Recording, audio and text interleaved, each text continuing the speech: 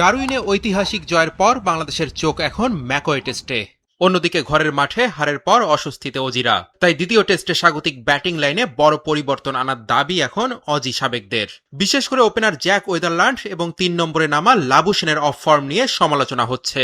তবে ডারউইন টেস্টে জেতা নাজমুল শান্তদের চাপ না নিয়েই নিজেদের খেলাটাই খেলতে বললেন জাতীয় দলের সাবেক ওপেনার শাহরিয়ার নাফিজ।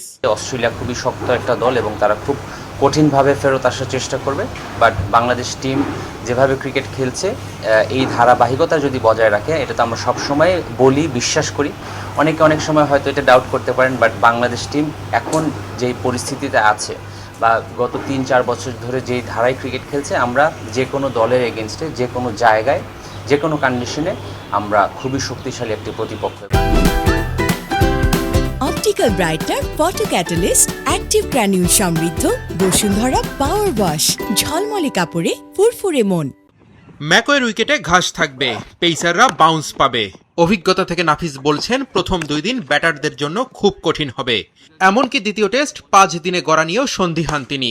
শরীফুল ফিট হয়ে ওঠায় 4 পেসার নিয়ে খেলতে পারে বাংলাদেশ।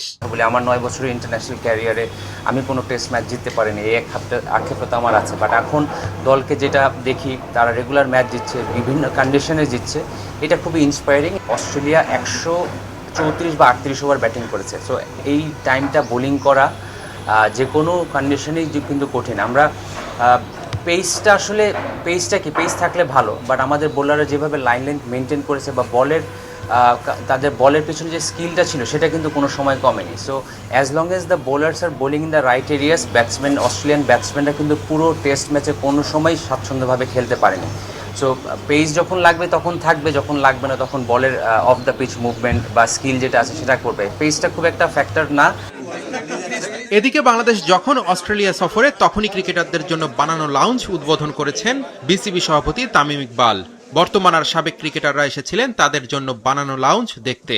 লর্ডসের আদলে বানানো এই লাউঞ্জে বসেই ফ্রিতে যে কোনো খেলা উপভোগ করতে পারবেন ক্রিকেটাররা। নাম দেওয়া হয়েছে টাইগার্স ডেন।